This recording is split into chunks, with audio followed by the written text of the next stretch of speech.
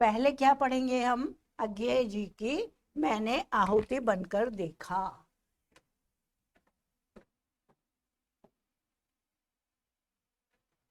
आहुति का मतलब समझते हो बच्चों? आहुति क्या होता है?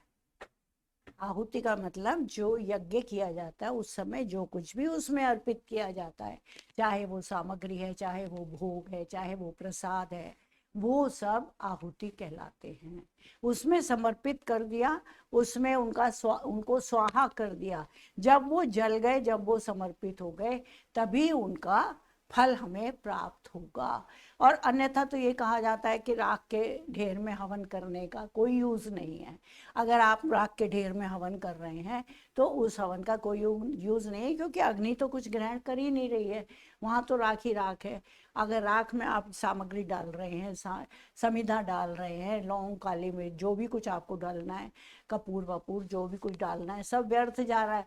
वो ग्रहणी अग्नि ग्रहण ही नहीं कर रही है, तो वो सब बेकार है। सफलता कब मिलती है इसमें यज्ञ में? जब अग्निदेव उसको ग्रहण कर लेते हैं।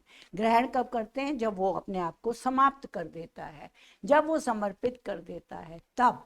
तो ये बात कवि ने अपने ऊपर लागू करी कि मैंने आहुति बनकर देखा, मैं स्वयं समर्पित हो गया। मैं यज्ञ में समर्पित जैसे आहुति हो जाती है, ऐसे मैं समर्पित हो गया। और जब मैं समर्पित हो गया तब मैं जान पाया, तब मैं पहचान पाया। तो वो है आहुति। देखो, मैं कब कहता हूँ जग मेरी दुर्धर गति के अनुकूल बने, मैं कब कहता हूँ जीवन मरुनंदन कानन का फूल बने। कांटा कठोर है, तीखा है, उसमें उसकी मर्यादा है। मैं कब कहता हूँ वह घटकर प्रांतर का ओछा फूल बने। कवि क्या कह रहे हैं? कवि कह रहे हैं कि मैं ऐसा नहीं सोचता हूँ। मैंने ऐसा कब कहा कि मेरी दुर्धर गति, कि ये सारा संसार जो मेरी दुर्धर गति है, दुर्धर का मतलब जो मुश्किल से धारण करने वाली गति है, अर्थात तीव्र गति से भागने वाला जो मैं हूँ, तो मैं ये रास्ता, ये संसार मेरी गति के अनुकूल बन जाए, मेरे ही अनुसार कार्य करे। मैं तो ऐसा नहीं कहता, मैंने कभी ऐसा नहीं कहा। क्यों? क्योंकि वो ये कहते हैं कि सारा संसार जो है, संसार में चलने वाले लोग अपने अनुकूल रास्ता बनाकर उस पर चलते हैं, अपने अनुकूल मार्ग बनाकर, आसान बनाकर उस मार्ग पर चलना चाहते हैं। लेकिन मैं ऐसा नहीं करता। मैं तो अपनी दुर्धर गति पर, जो कि गति पर जिस पर क्या कहना चाहिए, विराम नहीं लग सकता, जिसको मुश्किल से धारण किया जाता है, उसको मैं कैसे प्राप्त कर, उस वो मेरी गति के अनुकूल ये सारा संसार बन जाए, ऐसा मैं नहीं चाहता। मैं तो कठिनता से चलता हूं तो कठिनता से ही चलना चाहता हूं।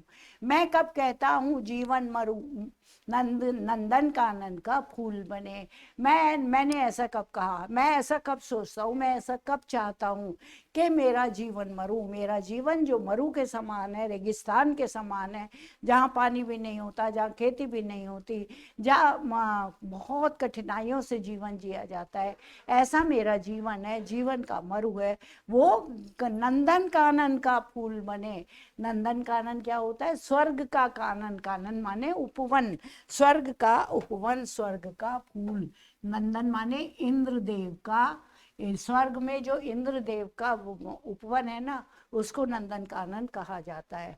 तो इंद्रदेव का जो उपवन है, जिसमें सुख ही सुख है, जिसमें खुशबू ही खुशबू है, जहाँ सदैव फूल खिले ही रहते हैं, कभी उन्होंने मुरझाना नहीं सीखा, जहाँ हमेशा बादल खिले रहते हैं, बरसकर उन्होंने अपने आप को समाप्त करना नहीं जाना, जहाँ लोगों में दुख है ही नहीं, जहाँ सुख ही सुख है, ऐसा नंदन कानन मेरा जीवन बन जाए, ऐसा मैं कभी नहीं कहता, ऐसा मैं कभी नहीं चाहता। क्यों? क्योंकि मैं तो कठिनाइयों से जूझ कर और उनके आगे, उनको झेल कर, उनसे उस पे सफलता प्राप्त करके आगे बढ़ना चाहता हूँ। मैं नहीं चाहता, मैं बिल्कुल नहीं चाहता कि मुझे मेरे जीवन में सुख सुविधाएं मिलती रहें, और वो नंदन कानन जैसी सुख सुविधा हो, या वो दुर्धर गति मेरे अनुकूल बन जाए। मैं ऐसा कभी नहीं चाहता, कांटा कठोर है, तीखा है, उसमें उसकी मर्यादा है।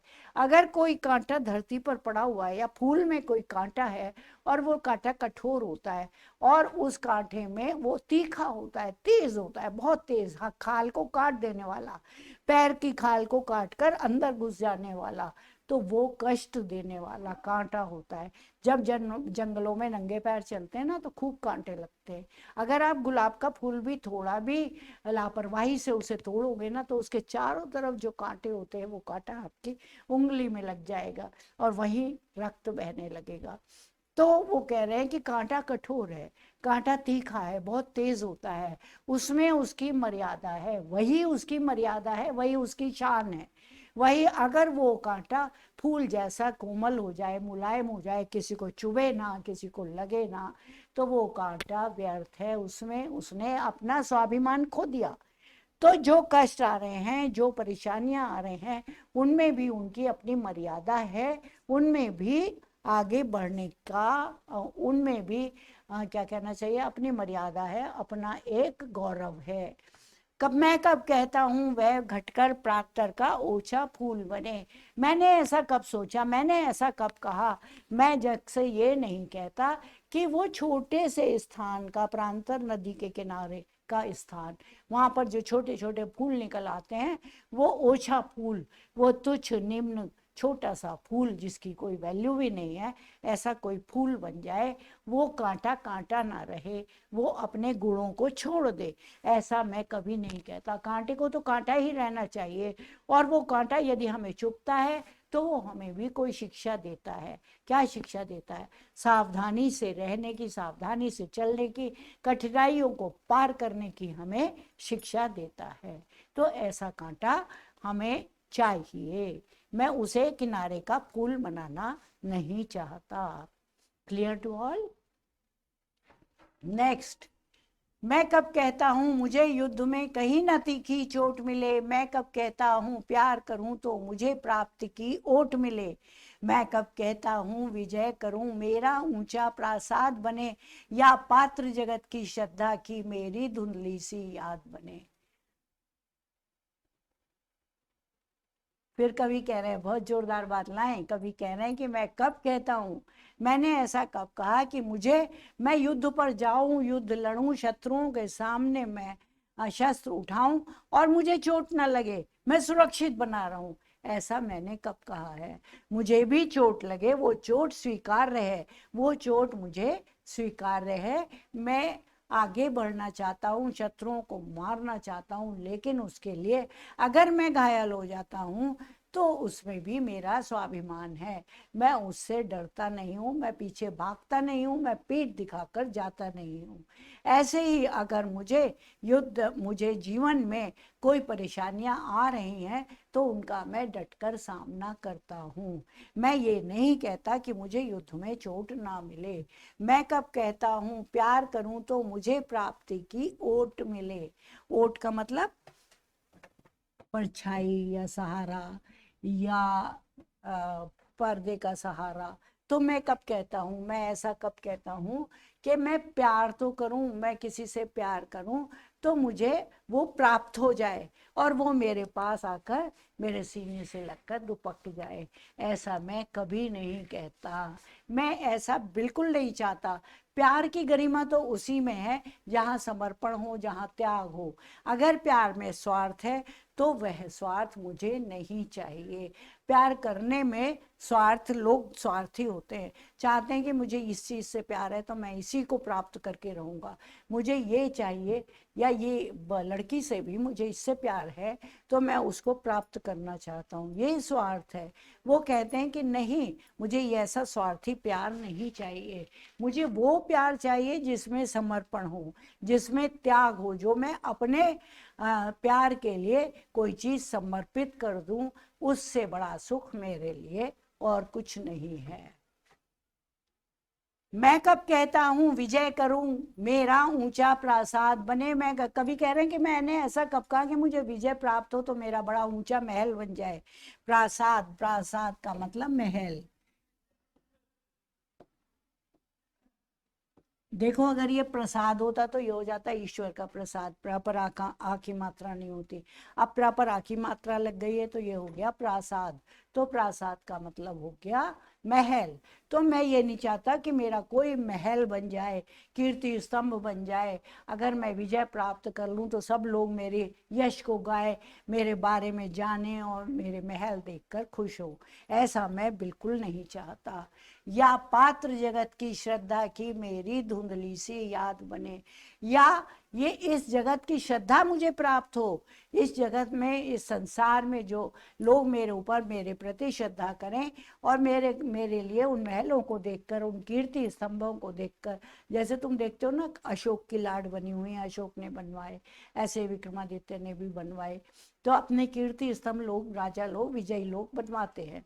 तो वो कहते हैं ये सब मुझे नहीं चाहिए कि इन्हें देखकर लोगों के मन में मेरी धुंधली सी याद आ जाए। मुझे ऐसा बिल्कुल नहीं करना है। मुझे ये सब बातें पसंद नहीं हैं। ना मेरे महल देखकर कोई खुश हो, ना मेरे कीर्ति स्तंभ देखकर कोई खुश हो। और कितने दिन तक खुश होंगे? जब वो चले जाएंगे, उनकी पीढ़ियां आ जाएंगी, तो वो पीढ़ियों के मन में भी धुंधली धुंधली सी यादें रहेंगी और वो ये भूल जाएंगे कि ये व्यक्ति कौन था। इसलिए मुझे ऐसा कुछ नहीं करना है। पथ मेरा रहे प्रशस्त सदा, क्यों विकल करे यह चाह मुझे, मेरा रास्ता हमेशा यशस्वी बना रहे, मुझे यश प्राप्त होता रहे, ऐसी व्याकुल कर देने वाली इच्छा मेरे मन में क्यों जागे। मुझे ये चाह क्यों रहे। विकल माने व्याकुल, चाह माने इच्छा, प्रशस्त माने यशस्वी, कीर्तिमान।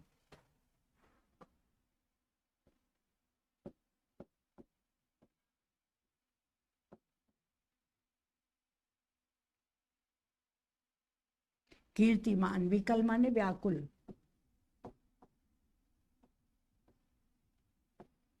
और चाह माने इच्छा।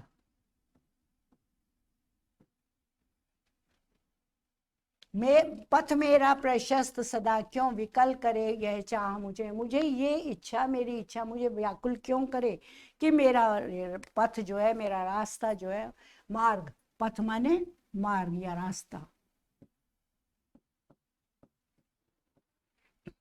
मेरा मार्ग सदैव कीर्तिमान रहे, मेरी कीर्ति चारों ओर फैले, मुझे लोग बहुत पसंद करें और मेरे यश के गुणगान गाएं। ऐसी व्याकुल कर देने वाली इच्छा मुझे नहीं चाहिए। तो नेतृत्व न मेरा छिन जाए, क्यों इसकी हो परवाह मुझे, मुझे इस बात की भी परवाह नहीं है कि मेरा नेतृत्व जो मैं करता हूँ, जो मैं जानता हूँ, जिसे लोग जानते हैं, समझते हैं, वो मेरे ही पास रहे, वो छिन जाए, वो छिन जाए, वो मुझसे कभी ना छिन जाए। ऐसी व्याकुलता मेरे हृदय में कभी नहीं। जैसे नेता लोग होते हैं, हमारा राज्य चलता ही रहे, हमारा राज्य समाप्त ना हो, हम जीत के रहें, हम आगे बढ़ें। तो ये वाली जो इच्छा है ना, ये नेतृत्व ना मेरा छिन जाए, मेरा नेतृत्व कभी समाप्त ना हो जाए, इसकी मुझे परवाह क्यों रहे। मैं प्रस्तुत हूँ चाहे मेरी मिट्टी जनपद की धूल बने।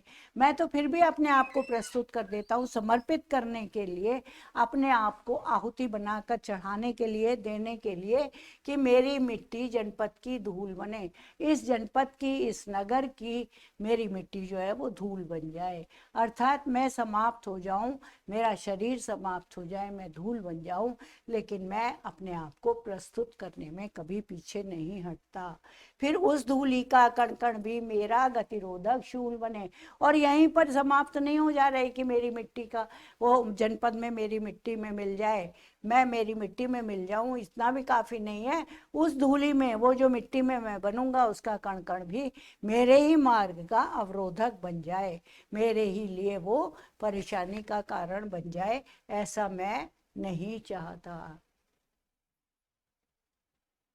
फिर उस धूलि का मैं प्रस्तुत हूँ। नहीं, ये फिर से सुनो, मैंने थोड़ा सा शायद गड़बड़ कर दिया। मैं प्रस्तुत हूँ, मैं अपने आप को समर्पित करने के लिए तैयार हूँ, चाहे मेरी मिट्टी जनपद की धूल बने, चाहे मेरा यह शरीर, चाहे मेरा नाम, मेरा यश, मेरी कीर्ति इस जनपद की धूल बन जाए, कोई मुझे ना चाहे, फिर भी मैं इसमें अपने आप को समर्पित करना चाहता हूँ। फिर उस धूली का, जो धूली बनी, उस धूली का एक एक कण भी मेरे लिए कांटा बन जाए, आंधी बनकर मेरी आंख में गिर जाए, मेरे ऊपर गिर जाए और मेरा रास्ता रोक दे, तब भी मैं गतिरोधक, गतिरोधक का मतलब गति को रोकने वाला, शूल, कांटा, कांटा बन जाए, कांटा के रूप में कि वो मिट्टी और धूल जो है वो आंधी बनकर जब उड़ेगी तो गुबार छा जाएगा, अंधेरा छा जाएगा, मेरी आंखों में गिर जाएगा, मेरे ऊपर गिर जाएगा, मेरा रास्ता रुक जाएगा, मैं आगे नहीं बढ़ पाऊंगा। लेकिन ऐसा हो तब भी मैं अपने आप को प्रस्तुत करता हूँ। ठीक, नेक्स्ट। अपने जीवन का रस देकर जिसको यत्नों से पाला है, क्या वह केवल अवसाद मलिन झरते आंसू की माला है? वे रोगी होंगे प्रेम जिन्हें अनुभव रस का कटु प्याला है, वे मुर्दे होंगे प्रेम जिन्हें सम्मोहनकारी हाला है। अपने जीवन के सारे आनंद को देखकर, रस यहाँ किस बात के लिए प्रयोग हुआ है? आनंद, खुशी। अपने जीवन के सारे आनंद को देखकर जिसको मैंने यत्नों से पाला है, परिश्रम कर करके पाला पोसा है, क्या वह केवल अवसाद मलिन झरते आंसू की माला है? क्या वो सिर्फ अवसाद, दुख में और मलिन होकर, मैले होकर झरते हुए आंसुओं से, आंखों से बहते हुए आंसुओं की माला बन जाएगा? ऐसा नहीं हो सकता। मैंने अपने जीवन का रस देकर, अपना आनंद देकर जिनको कठिनाइयों से उठाया है, पाला है, वो दुख भरे, दुख से मैले आंसुओं से आंसुओं की माला बनकर रह जाए, ऐसा मैं नहीं चाहता। वे रोगी होंगे प्रेम जिन्हें अनुभव रस का कटु प्याला है। वो लोग रोगी हैं, वो लोग मन से रोगी हैं, वो लोग शरीर से रोगी हो ना हो, लेकिन मन से अवश्य रोगी हैं, जिन्हें अनुभव, प्रेम, जिनका प्रेम अनुभव रस का कटु प्याला है, अपने कटु अनुभवों का, कड़वे अनुभवों का कड़वे रस का प्याला है। अर्थात प्रेम जिसे सुहाया नहीं, प्रेम जिसे प्राप्त नहीं हुआ, जो उसके कारण परेशान रहा, जो आंसुओं की माला, मैली होते हुए आंसुओं की माला को बहाता रहा, वो व्यक्ति रोगी हैं। ऐसे रोगी हैं जो अनुभव रस के कड़वे प्याले को रखते हैं। वे मुर्दे होंगे प्रेम जिन्हें सम्मोहनकारी हाला है। और वो लोग भी मुर्दे के समान जीते हैं जिनको प्रेम सम्मोहन करने वाले, आकर्षित करने वाले विष के समान लगता है। जो वो अपने प्रेम को अपनी ओर आकर्षित करने वाले एक विष के प्याले के समान, हाला का मतलब विष, विष के प्याले के समान समझते हैं, वो लोग वास्तव में मुर्दे हैं। अरे भाई, प्रेम तो आहुति है, प्रेम तो समर्पण है, प्रेम तो एक त्याग है, प्रेम तो एक सम्मान है। अगर तुम इस चीज को नहीं समझते तो प्रेम करने के अधिकारी भी नहीं हो। मैंने विदग्ध हो जान लिया, अंतिम रहस्य पहचान लिया, मैंने आहुति बनकर देखा, यह प्रेम यज्ञ की ज्वाला है।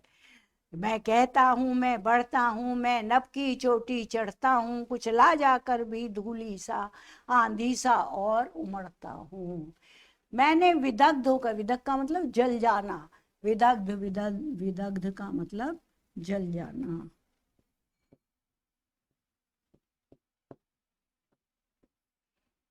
मैंने जलकर देख लिया, ये जान लिया और जीवन का अंतिम रहस्य पहचान लिया। क्या रहस्य पहचान लिया? कि अपना सुख, अपना आनंद, अपने भौतिक संपत्ति, सुख, प्रेम का सुख, ये सब स्वार्थ है, ये मैंने जान लिया।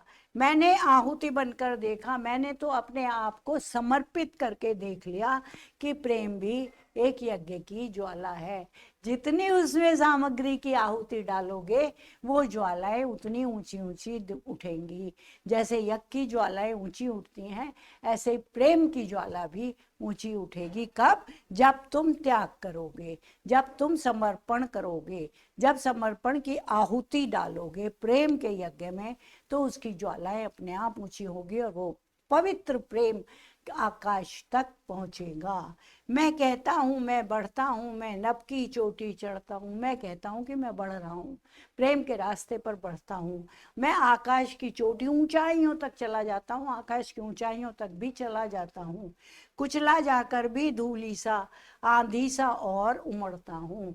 अगर मुझे प्रेम में, प्रेम के मार्ग में कोई कुचल देता है तो भी मैं धूली बनकर, धूल बनकर फिर से उड़ता हूँ, आंधी बन जाता हूँ, फिर मेरे अंदर जोश आ जाता है और मैं आंधी बन जाता हूँ और आंधी बनकर उमड़ता हुआ आगे बढ़ता हूँ। अर्थात मैं रुकने वाला नहीं हूँ, चाहे मैं अग्नि हूँ, चाहे मैं ज्वालाएं हूँ, चाहे मैं धूल हूँ, हर रूप में मैं आगे बढ़ता रहता हूँ।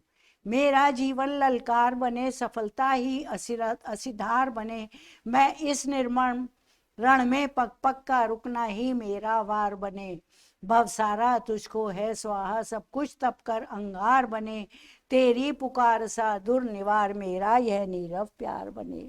नीरव का मतलब शांत, शांत प्यार, कहीं दिखावा नहीं है, कहीं किसी से कुछ कहना नहीं है, बल्कि शांत प्यार बने।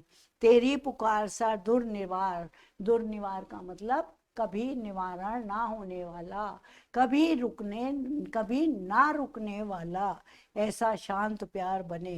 तेज जैसे कि तेरी पुकार है, शांत पुकार है तेरी, उसी प्रकार मेरा भी प्यार शांत बने।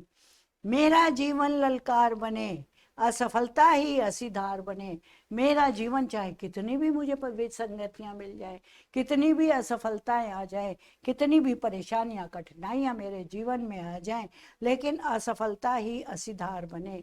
लेकिन वो असफलताएं ही मेरी तलवार की धार बन जाएं। जैसे तीक्ष्ण होती है ना तलवार की धार, बहुत तीव्र होती है, काट देती है एकदम, इसी प्रकार मेरी ये असफलताएं भी मेरी तलवार का धार बन जाए। असी माने तलवार।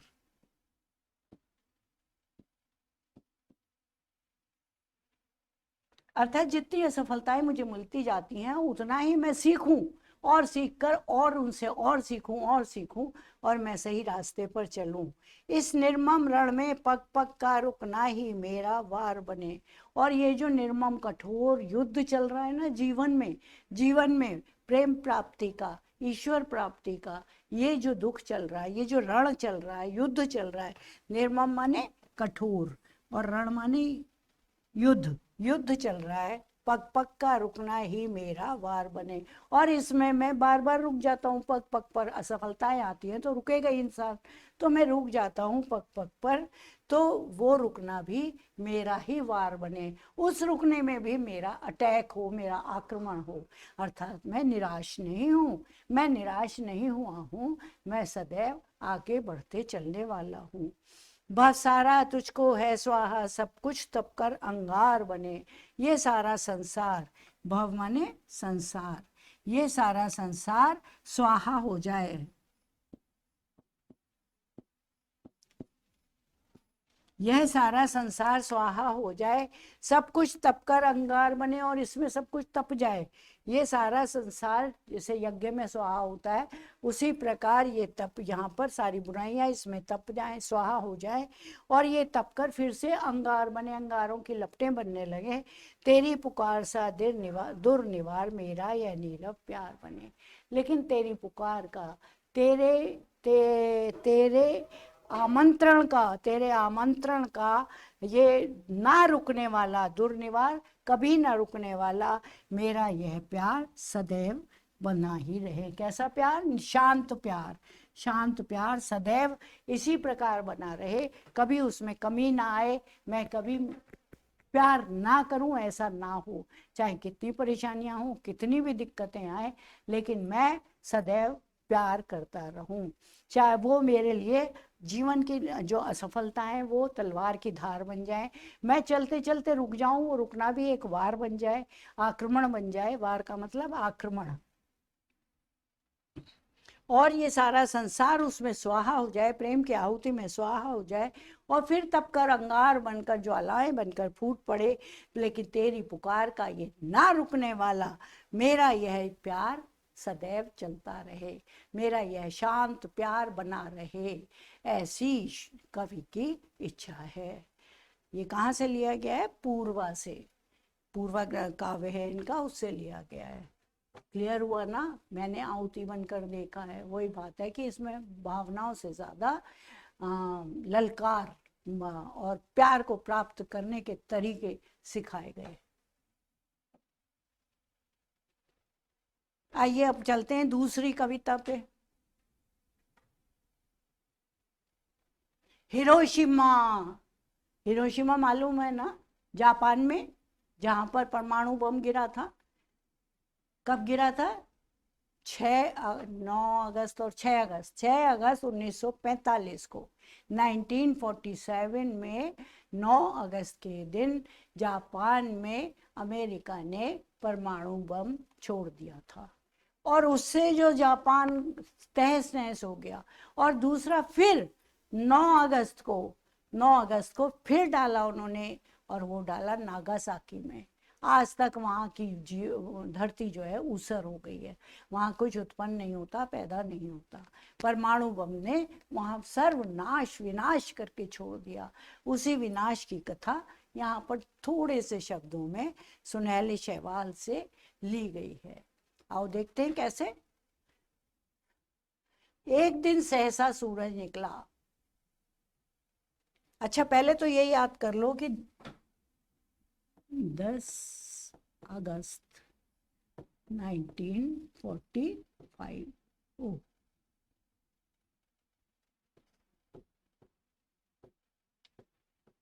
और 6 अगस्त, 10 अगस्त नहीं है भाई, 9 अगस्त, ये तो रब करना पड़ेगा।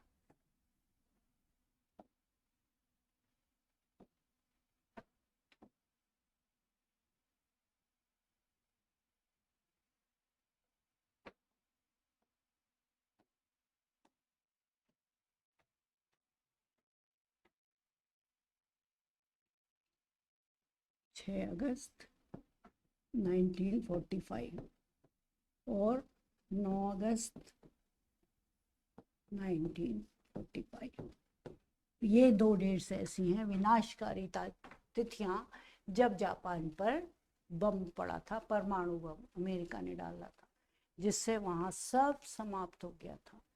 आज तक भी वहाँ की धरती पर वो धरती उपजाऊ नहीं बन पाई। तो वो उसी के लिए बता रहे हैं, एक दिन सहसा सूरज निकला, एक दिन अचानक सूरज निकला। अरे क्षितिज पर नहीं, नगर के चौक। अरे वो क्षितिज पर नहीं, सूरज कहाँ निकलता है? आसमान में। आसमान में कहाँ पर? जहाँ पर हमको, अगर हम नीचे प्लेन में देखें, अब तो मल्टी स्टोरी है ना, ऊंचे ऊंचे, तो वहाँ खड़े हो जाते हैं, तो छतें तो है ही नहीं, देखने को कुछ मिलता नहीं है। लेकिन अगर आप खेत खलिहान में खुले में खड़े होंगे तो देखेंगे कि एक स्थान ऐसा होता है जहाँ धरती और आकाश मिलते हुए दिखाई देते हैं। ऐसा लगता है कि ये आकाश जो है नीचे धरती के आलिंगन में आना चाह रहा है और वो नीचे झुका जा रहा है। तो उसी स्थान पर उसे कहते हैं क्षितिज। उस क्षितिज पर सूरज निकलता हुआ, उगता हुआ दिखाई देता है। जब सूरज को पहली बार देखा जाता है तो उगता हुआ दिखाई देता है। समुद्र के किनारे देखो तो कितना सुंदर सूरज निकलता है। कौसानी जिले में देखो तो कितना सुंदर सूरज निकलता है, जहाँ सुमित्रा नंदन पंत का जन्म हुआ था। ये विशेष स्थान है जहाँ का सूर्योदय देखने के लिए लोग जाया करते हैं।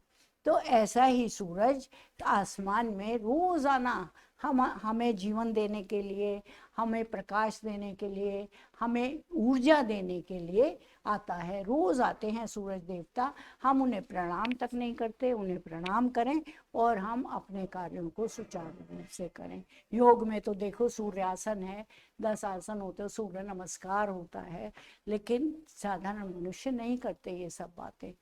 तो एक दिन सहसा सूरज निकला, एक बार अचानक सूरज निकला। सूरज तो रोज निकलता है, एक दिन अचानक सूरज निकला। अरे क्षितिज पर नहीं, लेकिन वो आसमान में, आसमान की वो रेखा पर नहीं निकला, नगर के चौक, वो नगर के चौक पर निकला। चौक का मतलब चौराहा, नगर के चौराहा पर, हिरोशिमा पर नगर के चौराहे पर निकला। धूप बरसी अचानक, एकदम जैसे बहुत सारी धूप आ गई हो, पर अंतरिक्ष से नहीं, फटी मिट्टी से। लेकिन वो अंतरिक्ष से धूप नहीं आई, वो धूप आसमान से, जब सूरज निकलता है तो उसकी किरणों से रश्मि रथी बनकर जब धूप आती है तो वो धूप बहुत सुहावनी होती है। लेकिन ये धूप बरसी पर अंतरिक्ष से नहीं, आकाश से नहीं, फटी मिट्टी से। जो मिट्टी फट गई परमाणु बम डालने से, धरती के अंदर वो बम के जाने से सारी मिट्टी फट गई, उस मिट्टी से धूप बरसी, नीचे से धूप आई। हमेशा तो ऊपर से धूप आती है, आसमान से धूप आती है, लेकिन यहाँ नीचे से धूप आई। छायाएं मानव जन की दिशाहीन, मानव मनुष्य की छायाएं दिशाहीन हो गई। जब सूर्य निकलता है तो परछाइयां दिखाई देती हैं, लेकिन ये सूर्य कैसा निकला जो नगर के चौक में हिरोशिमा में निकला, और मनुष्य की छायाएं, मानव जन की छायाएं दिशाहीन हो गई, कहीं वो दिखाई ही नहीं दी, समाप्त हो गई। सब ओर पड़ी वह सूरज नहीं उगा था पूरब में, सब और वो दिशाहीन हो गए, और वो सूरज पूरब में नहीं निकला था। सूर्य तो पूरब में निकलता है ना, पूर्व दिशा में, लेकिन वो पूरब में नहीं निकला था। वह बरसा सहसा बीचों बीच नगर के, वो तो नगर के बीचों बीच में अचानक से बरस गया, अर्थात एकदम एक आग का गोला आया और धरती में समा गया, धरती में घुस गया। भयंकर विस्फोट, भयंकर आवाज, भयंकर प्रकाश, उससे जो हुआ उसने सर्व विनाश कर दिया। बीचों बीच नगर के काल सूर्य के रथ के पहियों के ज्यों अरे टूटे। जैसे काल का सूर्य, वो सूर्य कोई जो जीवन देने वाला सूर्य नहीं था, वो तो मृत्यु का सूर्य था।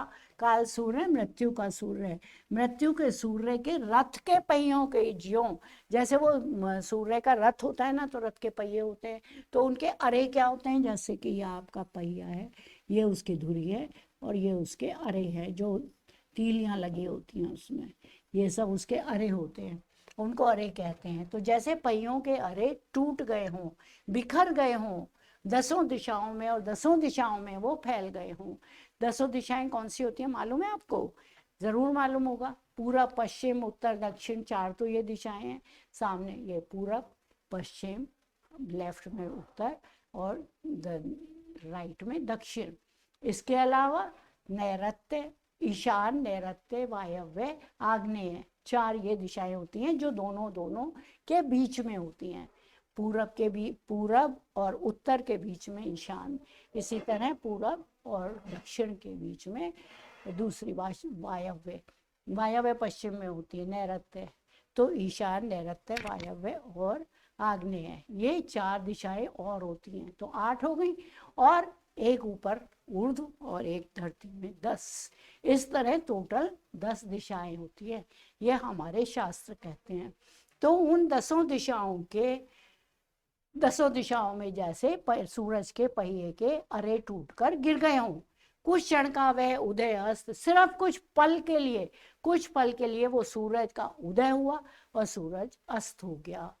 केवल एक प्रज्वलित क्षण की दृश्य शोक दे लेने वाली दोपहरी फिर, और एक प्रज्वलित अग्नि के समान जलती हुई क्षण, ऐसा क्षण, ऐसा समय कि जो दोपहरी के दृश्य को भी सोख लेने वाला था। ऐसा फिर क्या हुआ? फिर जब ऐसा दृश्य उपस्थित हो गया तो क्या हुआ? चारों ओर अग्नि अग्नि दिखाई देने लगी, चारों ओर विनाशकारी लपटें दिखने लगी, सूर्य के जैसे अरे टूट गए हों, 10 दिशाओं में वो अग्नि फैल गई। ऐसे समय में फिर क्या हुआ? छाएं मानव जन की नहीं मिटी लंबी होकर। जब सूरज सिर पे होता है ना तो छाएं लंबी हो जाती हैं, और जब लंबी हो जाती हैं और फिर वो समाप्त हो जाती हैं। लेकिन यहाँ पर तो छाया, सूर्य तो निकला, सूर्य निकला क्या, आकाश से नहीं निकला, धरती पे घुस गया। तो वो छायाएं मानव जीवन की वो छायाएं नहीं मिटी, लंबी होकर नहीं मिटी वो, बल्कि मानव ही सब भाव बन गए। सारे मनुष्यों की छाया कहाँ से रहती, वो तो सब भाव बन गए, सब जल गए और जलकर भाव बनकर उड़ गए। कैसा विनाशकारी दृश्य था, कैसा ये प्रलयंकारी दृश्य था। उस दृश्य का वर्णन यहाँ कवि ने अपने शब्दों में किया है।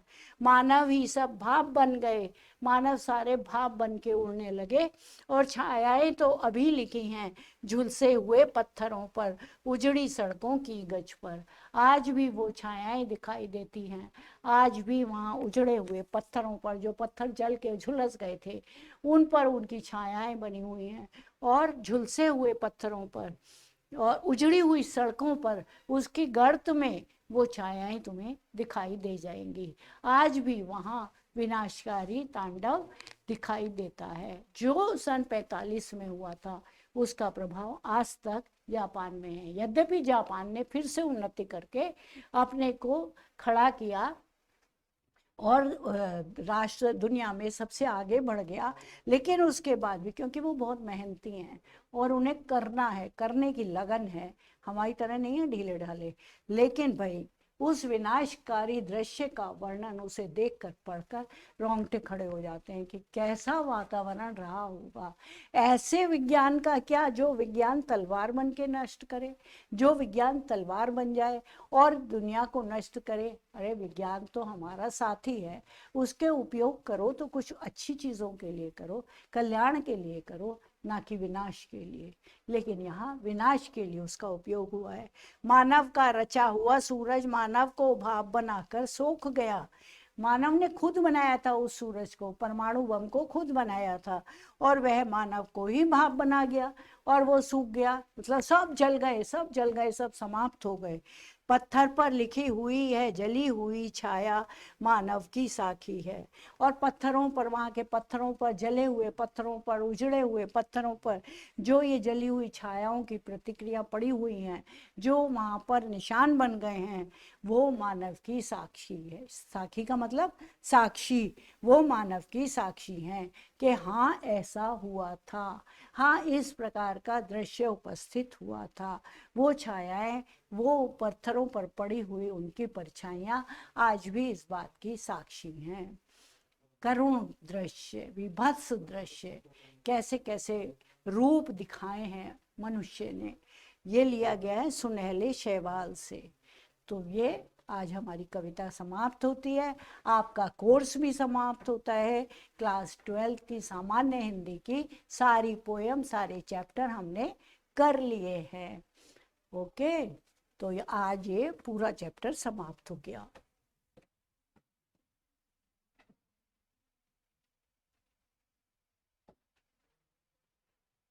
हैप्पी लर्निंग चिल्ड्रन, खूब अच्छे से पढ़ो और कुछ अच्छे अच्छे मार्क्स लेकर आओ। Okay, bye.